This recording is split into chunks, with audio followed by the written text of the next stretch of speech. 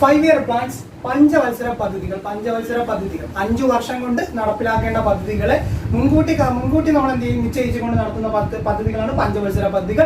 India പഞ്ചവത്സര പദ്ധതികൾ കടംകൊണ്ടിരിക്കുന്നത് USSR അല്ലെങ്കിൽ ഇന്നത്തെ റഷ്യ എന്ന് പറയുന്ന രാജ്യത്ത് നിന്നാണ് ഇന്ത്യ എന്ത് ചെയ്യുന്നത് പഞ്ചവത്സര പദ്ധതികൾ കടം കൊണ്ടിരിക്കുന്നത്. അപ്പോൾ പഞ്ചവത്സര പദ്ധതികൾ പ്രധാനമായി നമുക്ക് പഠിക്കേണ്ടത് 1950 മുതൽ 1990 വരെ ഇന്ത്യൻ എക്കണോമിയിൽ സംഭവിച്ച മാറ്റങ്ങൾ. 1950 മുതൽ 1990 വരെ. ഈ 1990 ആയപ്പോൾ ഇന്ത്യയുടെ എക്കണോമി നമ്മൾ പ്രതീക്ഷിച്ചതിനേക്കാൾ കൂടുതൽ വർദ്ധിക്കുകയും എന്ത് ചെയ്തു, നമുക്ക് ആവശ്യമായ ഫുഡ് അല്ലെങ്കിൽ നമുക്ക് ആവശ്യമായ ഫുഡ് ഗ്രെയിൻസ് സ്വന്തമായി നിർമ്മിക്കുവാൻ തുടങ്ങുകയും അതിലധികം തന്നെ നമുക്ക് എന്ത് ചെയ്യും കയറ്റുമതി സ്റ്റാർട്ട് ചെയ്തു, എക്സ്പോർട്ടിംഗ് സ്റ്റാർട്ട് ചെയ്തു. അപ്പൊ നമ്മൾ അറിയേണ്ടത് ഈ പ്രധാനമായി 7 പഞ്ചവത്സര പദ്ധതികളാണ് നമ്മൾ അറിയേണ്ടത്. ആദ്യത്തേത് first 5-year plan Harold Domar model എന്നാണ് ഫസ്റ്റ് 5-year പ്ലാൻ അറിയപ്പെടുന്നത്. 1951 ഏപ്രിൽ 1 മുതൽ, ഒരു സാമ്പത്തിക വർഷം ആരംഭിക്കുന്നത് ഏപ്രിൽ 1-നാണ്. 1951 ഏപ്രിൽ 1 മുതൽ 1956 മാർച്ച് 31 വരെ കണക്കാക്കി മുൻകൂട്ടി പ്ലാൻ ചെയ്താണ് ഫസ്റ്റ് 5-year പ്ലാൻ. ഈ ഫസ്റ്റ് 5-year പ്ലാനിന് അനുമതി നൽകുന്നത് NDC ആണ്, നാഷണൽ ഡെവലപ്മെന്റ് കൗൺസിലാണ്. എന്തിനു നൽകുന്നത് 5-year പ്ലാനിന് അനുമതി നൽകുന്നത്. അപ്പൊ ഈ ആദ്യത്തെ 5-year പ്ലാനിന്റെ മെയിൻ ഒബ്ജക്റ്റീവ് എന്ന് പറയുന്നത് അഗ്രികൾച്ചർ ഡെവലപ്മെന്റ് ആണ്. എന്താണ് അഗ്രികൾച്ചർ ഡെവലപ്മെന്റ്? കൃഷിയും അതിനനുബന്ധമായ കാര്യങ്ങളെയും എന്ത് ചെയ്യണം, അതിന്റെ ഡെവലപ്മെന്റ് അല്ലെങ്കിൽ അതിന്റെ വികസനത്തിന് വേണ്ടിയാണ് ആദ്യത്തെ 5-year പ്ലാൻ മുൻതൂക്കം നൽകിയത്. അപ്പൊ ഇന്ത്യയിലെ ആദ്യത്തെ പഞ്ചവത്സര പദ്ധതി സ്റ്റാർട്ട് ചെയ്ത് 1951 മുതൽ 1956 വരെയാണ്. അപ്പൊ ആദ്യത്തെ പഞ്ചവത്സര പദ്ധതി മെയിൻ ആയിട്ട് ഫോക്കസ് ഔട്ട് ചെയ്തത് എന്തിനാണ്? അഗ്രികൾച്ചർ ഡെവലപ്മെന്റ് അല്ലെങ്കിൽ കാർഷിക വളർച്ചയ്ക്കാണ് പ്രധാനമായും മുൻതൂക്കം നൽകിയത്. കാർഷികവും അതുമായി ബന്ധപ്പെട്ട ജലസേചനം അതിന്റെ വളർച്ചയുമായി ബന്ധപ്പെട്ടാണ് ഫസ്റ്റ് 5-year പ്ലാൻ എന്ത് ചെയ്ത് മുൻതൂക്കം നൽകപ്പെട്ടത്.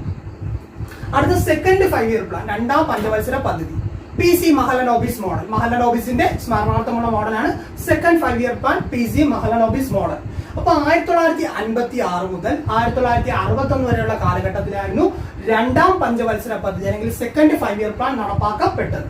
ഈ സെക്കൻഡ് 5-year പ്ലാനിന്റെ പ്രധാനപ്പെട്ട ഒബ്ജക്റ്റീവ് എന്ന് പറയുന്നത് ഇൻഡസ്ട്രിയലൈസേഷൻ ആയിരുന്നു, വ്യവസായവൽക്കരണം. എന്തായിരുന്നു? വ്യവസായവൽക്കരണം അല്ലെങ്കിൽ ഇൻഡസ്ട്രിയലൈസേഷൻ ആയിരുന്നു. ആദ്യത്തെ പഞ്ചവത്സര പദ്ധതി അഗ്രികൾച്ചറിന് ഇമ്പോർട്ടൻസ് കൊടുത്തപ്പോൾ രണ്ടാമത്തെ പഞ്ചവത്സര പദ്ധതി ഇമ്പോർട്ടൻസ് കൊടുത്തത് ഇൻഡസ്ട്രിയലൈസേഷൻ അല്ലെങ്കിൽ എന്താണ് വ്യവസായവൽക്കരണം. ഈ വ്യവസായവൽക്കരണത്തിന്റെ ഫലമായി ഇന്ത്യയിൽ ആദ്യമായി മറ്റു വിദേശ ശക്തികളുടെ സഹായത്തോടു കൂടി ഇന്ത്യയിൽ എന്തുകൾ സ്ഥാപിച്ചു? ഇരുമ്പുരുക്കുശാലകൾ. ഇന്ത്യയിൽ വിവിധ സ്ഥലങ്ങളിലായി ഇരുമ്പുരുക്കുശാലകൾ സ്ഥാപിക്കപ്പെട്ടു.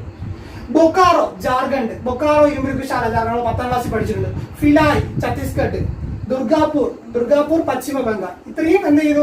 ഡിഫറെന്റ് ആയിട്ടുള്ള ഇന്ത്യയുടെ ഡിഫറെന്റ് പോർഷനുകളിൽ എന്താരംഭിച്ചു? വ്യവസായവൽക്കരണത്തിന്റെ ഫലമായി പുതിയ ഇരുമ്പുരുക്കുശാലകൾ ആരംഭിച്ചു വിദേശ ശക്തികളുടെ സഹായത്തോട് കൂടി. ഇനി തേർഡ് 5-year പ്ലാൻ, മൂന്നാം പഞ്ചവത്സര പദ്ധതി. ഏറ്റവും ഇമ്പോർട്ടന്റ് ആയിട്ടുള്ള പഞ്ചവത്സര പദ്ധതിയാണ് മൂന്നാം പഞ്ചവത്സര പദ്ധതി. ആദ്യത്തെ 3 പഞ്ചവത്സര പദ്ധതി കാലത്തും പ്രധാനമായും നോക്കിയിരുന്ന അല്ലെങ്കിൽ പ്രധാനമായും ഇതിന്റെ ഈ സമയത്തെ പ്രൈം മിനിസ്റ്റർ എന്ന് പറയുന്നത് സർ ജവഹർലാൽ നെഹ്റു ആയിരുന്നു. അപ്പൊ മൂന്നാം പഞ്ചവത്സര പദ്ധതി 1961 മുതൽ 66 വരെ. ഈ 1961 മുതൽ 66 വരെയുള്ള മൂന്നാം പഞ്ചവത്സര പദ്ധതി പ്രധാനമായും കാർഷിക വളർച്ചയും വ്യാവസായിക വളർച്ചയും ഉൾക്കൊണ്ടുകൊണ്ട് അവർ മുന്നോട്ട് പോയി. അതേസമയം അവർ കൊടുത്തതാണ് സെൽഫ് റിലയൻസ്, സ്വാശ്രയത്വം. മറ്റൊരു രാജ്യത്തെ ആശ്രയിക്കാതെ നമ്മുടെ സ്വന്തമായി നമ്മുടെ രാജ്യത്തുണ്ടാക്കുന്ന വസ്തുക്കൾ മാത്രം ഉപയോഗിക്കപ്പെടുക. എക്സ്പോർട്ടിംഗ് വേണമെങ്കിൽ പ്രോത്സാഹിക്കും. പക്ഷെ എന്ത് ചെയ്യരുത്? ഒരു വസ്തുക്കൾ ഫുഡ് ഗ്രെയിൻസ് ഒന്നും ഇമ്പോർട്ട് ചെയ്യാതെ നമ്മുടെ രാജ്യത്തിന് ആവശ്യമായ വസ്തുക്കൾ നമ്മുടെ രാജ്യത്ത് തന്നെ എന്ത് ചെയ്യണം? നിർമ്മിക്കപ്പെടണം. അപ്പൊ സെൽഫ് റിലയൻസിനും സെൽഫ് എക്കണോമിക്കിനും ഇമ്പോർട്ടൻസ് കൊടുത്തു. അതിന്റെ ഫലമായി രാജ്യത്തിന് ആവശ്യമായ ഫുഡ് ഗ്രെയിൻസ് നമ്മൾ എന്ത് ചെയ്യണം? പ്രൊഡക്ഷൻ നടത്തണം. ഈ ഫുഡ് ഗ്രെയിൻസ് പ്രൊഡക്ഷൻ നടത്തുവാൻ വേണ്ടി ഇന്ത്യയിൽ കൊണ്ടുവന്ന വിപ്ലവമാണ് ഗ്രീൻ റവല്യൂഷൻ. ഈ ഗ്രീൻ റവല്യൂഷന്റെ പിതാവ്, നമ്മൾ PSC അറിഞ്ഞിരിക്കുന്ന ക്വസ്റ്റ്യൻ, ഗ്രീൻ റവല്യൂഷന്റെ പിതാവ് എന്ന് പറയുന്നത് നോർമാൻ ബോർലോങ് ആണ് ഗ്രീൻ റവല്യൂഷന്റെ പിതാവ്.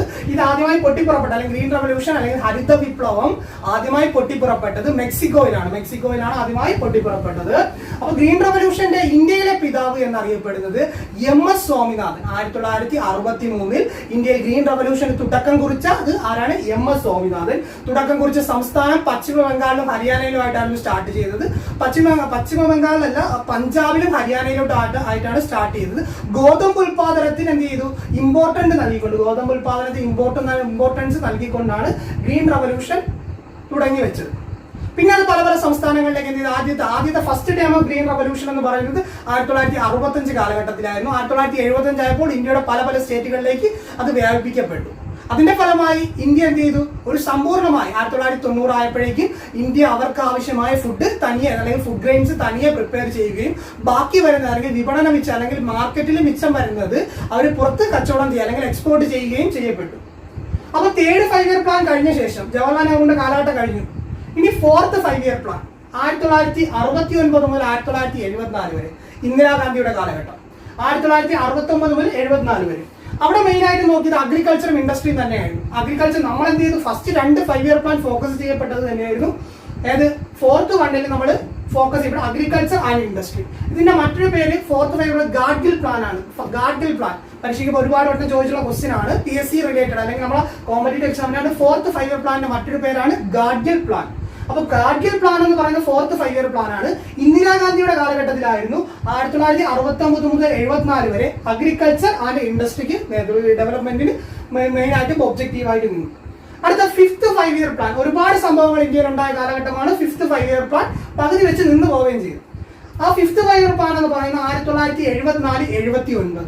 അത് മെയിനായിട്ട് ഫോക്കസ് ചെയ്യപ്പെട്ടത് റിമൂവൽ ഓഫ് പുവർട്ടി. ഇന്ത്യയിലെ ദാരിദ്ര്യം എന്ത് ചെയ്യണം, അവോയ്ഡ് ചെയ്യപ്പെടണം. അപ്പൊ ഇന്ത്യയിലെ ഫിഫ്ത്ത് 5 ഇയർ പ്ലാൻ എന്താണ് ഇമ്പോർട്ടൻസ് പറയുന്നത്, ഇത് തകർന്നു പോകപ്പെടാനുള്ള കാരണം എന്ന് പറയുന്നത്, ഒന്നാമത്തെ കാരണം 1978 മൊറാർജി ദേശായി 1977 ശേഷം മൊറാർജി ദേശായി ഇന്ദിരാഗാന്ധിയെ തോൽപ്പിക്കുകയും പുതിയ ജനതാ ഗവൺമെന്റ് വരികയും അവർക്ക് ഈ 5 ഇയർ പ്ലാനോട് ഒരു താല്പര്യമില്ലായിരുന്നു. അവർ പുതിയൊരു പ്ലാൻ ക്രിയേറ്റ് ചെയ്യപ്പെടുന്നു. അപ്പൊ എന്ത് ചെയ്തു, ടോട്ടലി ഫെയില്യൂർ ആയി. ആ പ്ലാൻ ടോട്ടലി ഫെയില്യൂർ ആയി. അതേക്കണക്കിന് 1975 അടിയന്തരാവസ്ഥ കാലം അല്ലെങ്കിൽ എമർജൻസി കാലഘട്ടത്തിൽ എന്ത് സംഭവിച്ചു, നാഷണൽ എമർജൻസി കാലഘട്ടത്തിൽ ഇന്ത്യയുടെ സമ്പദ് വ്യവസ്ഥ എന്ത് ചെയ്തു, 1 ആയിട്ട് റെഡ്യൂസ് ചെയ്യപ്പെട്ടു. അല്ലെങ്കിൽ എക്കണോമിക് ഗ്രോത്ത് വിചാരിച്ചതിനേക്കാൾ അത്രയും ഉയർന്നില്ല, എക്കണോമിക് ഗ്രോത്ത് റിഡക്ഷൻ ചെയ്യപ്പെട്ടു. കാരണം എക്കണോമിയെ അധികമായി ആ സംഭവം ബാധിച്ചു. അപ്പൊ അതിന്റെ ഫലമായി ഒരിക്കലും നമുക്ക് എന്ത് ചെയ്യാം, റിമൂവൽ ഓഫ് പോവർട്ടി ഒരിക്കലും പോയിന്റ് ഔട്ട് ചെയ്യാൻ ഒക്കത്തില്ല. പിന്നെ ആ ഒരു സമയത്താണ് ഇന്ദിരാഗാന്ധി 1975 കൊണ്ടുവന്ന പരിപാടിയാണ് 20 പരിപാടി. നമ്മളെ ഈ 5 ഇയർ പ്ലാൻ കണക്ക് കൊണ്ടുവന്ന മറ്റൊരു പരിപാടിയാണ് 20 പോയിന്റ് പ്രോഗ്രാം കൊണ്ടുവന്നതാണ് ഇന്ദിരാഗാന്ധിയുടെ കാലഘട്ടത്തിലാണ് ഫിഫ്ത്ത് 5 ഇയർ പ്ലാൻ. ഇനി നമ്മൾ അറിയേണ്ട സിക്സ്ത് 5 ഇയർ പ്ലാൻ ആണ്. സിക്സ്ത് 5 ഇയർ പ്ലാൻ അത് വളരെ ഇമ്പോർട്ടന്റ് മറ്റൊരു ഇതാണ്. 1980 മുതൽ 85 വരെ വുമൺ ആൻഡ് ചൈൽഡ് ഡെവലപ്മെന്റ് അല്ലെങ്കിൽ സ്ത്രീകളുടെയും കുട്ടികളുടെയും ഡെവലപ്മെന്റ്, അവരുടെ ഉന്നമനത്തിന് വേണ്ടി കൊണ്ടുവന്ന 5 ഇയർ പ്ലാൻ ആണ് സിക്സ്ത് 5 ഇയർ പ്ലാൻ. വർഷം മറന്നുപോലെ 1980 മുതൽ 85 വരെ. ഇനി നമ്മൾ പഠിക്കേണ്ട അല്ലെങ്കിൽ നമ്മുടെ ടോപ്പിക്കുമായി ബന്ധപ്പെട്ട ലാസ്റ്റ് 5 ഇയർ പ്ലാൻ ആണ് സെവൻത് 5 ഇയർ പ്ലാൻ, 7ാം പഞ്ചവത്സര പദ്ധതി 1985 മുതൽ 90 വരെ. ഈ ഒരു കാലഘട്ടമായപ്പോഴേക്കും ഇന്ത്യ സ്വയം പര്യാപ്തിയിലേക്ക് അല്ലെങ്കിൽ എന്താണ് ഇന്ത്യക്ക് ആവശ്യമായ ഫുഡ്, ഞാൻ പറഞ്ഞു എന്താണ് അവർക്ക് ആവശ്യമായ എല്ലാ സേവനങ്ങളും അവർ അച്ചീവ് ചെയ്ത് കഴിഞ്ഞു. അവരുടെ എക്കണോമി അവർ അച്ചീവ് ചെയ്ത് കഴിഞ്ഞു. ഇനി അവർ പുതിയ ടെക്നോളജികളിലേക്ക് പോവുകയാണ്. അതിന്റെ ഫലമായി എന്ത് ചെയ്തു, India information technology IT adopt ചെയ്യാൻ തുടങ്ങി. പുതിയ ടെക്നിക്കുകൾ അഡോപ്ഷൻ നടത്തുവാൻ തുടങ്ങി. പുതിയ ടെക്നിക്കുകൾ ഇന്ത്യ അഡോപ്റ്റ് ചെയ്യുവാൻ തുടങ്ങി. അപ്പൊ ഈ 1950 മുതൽ 1990 വരെയുള്ള 7 പഞ്ചവത്സര പദ്ധതികൾ നമ്മൾ ഈ ചാപ്റ്ററിൽ ഡിസ്കസ് ചെയ്യപ്പെടുന്നത്. അതിനുശേഷം ഒരു 4-5 പഞ്ചവത്സര പദ്ധതികളുണ്ട്. 2012-2017 അവസാന പഞ്ചവത്സര പദ്ധതി. നിങ്ങളുടെ ടെക്സ്റ്റ് ബുക്കിൽ ചിലപ്പോഴേ കാണുള്ളൂ. അപ്പൊ 2012-2017 അവസാന പഞ്ചവത്സര പദ്ധതി 12ാം പഞ്ചവത്സര പദ്ധതി സസ്റ്റൈനബിൾ ഡെവലപ്മെന്റിന് മെയിനായി ഇമ്പോർട്ടൻസ് നൽകി, സുസ്ഥിര വികസനം. ഇനി ഈ പഞ്ചവത്സര പദ്ധതികളൊക്കെ നടത്തുന്നത് എന്തെങ്കിലും നേട്ടത്തിന് വേണ്ടി ആയിരിക്കുമല്ലോ. ആ നേട്ടങ്ങളെ കുറിച്ചാണ് നമ്മൾ ഇനി പറയുന്നത്. അത് ഞാൻ പോയിന്റ് ഔട്ട് ചെയ്യുന്നേ ഉള്ളൂ, അടുത്ത ക്ലാസ്സിൽ ഡിസ്കസ് ആയി പറയും. അപ്പൊ പഞ്ചവത്സര പദ്ധതികളുടെ പ്രധാനപ്പെട്ട മെച്ചങ്ങൾ അല്ലെങ്കിൽ നേട്ടങ്ങൾ എന്തൊക്കെയാണ്?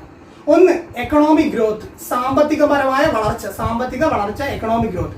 2 മോഡേണൈസേഷൻ എന്ന് പറഞ്ഞാൽ ആധുനികവൽക്കരണം, പുതിയ ടെക്നിക്കുകൾ അഡോപ്റ്റ് ചെയ്യാൻ തുടങ്ങി.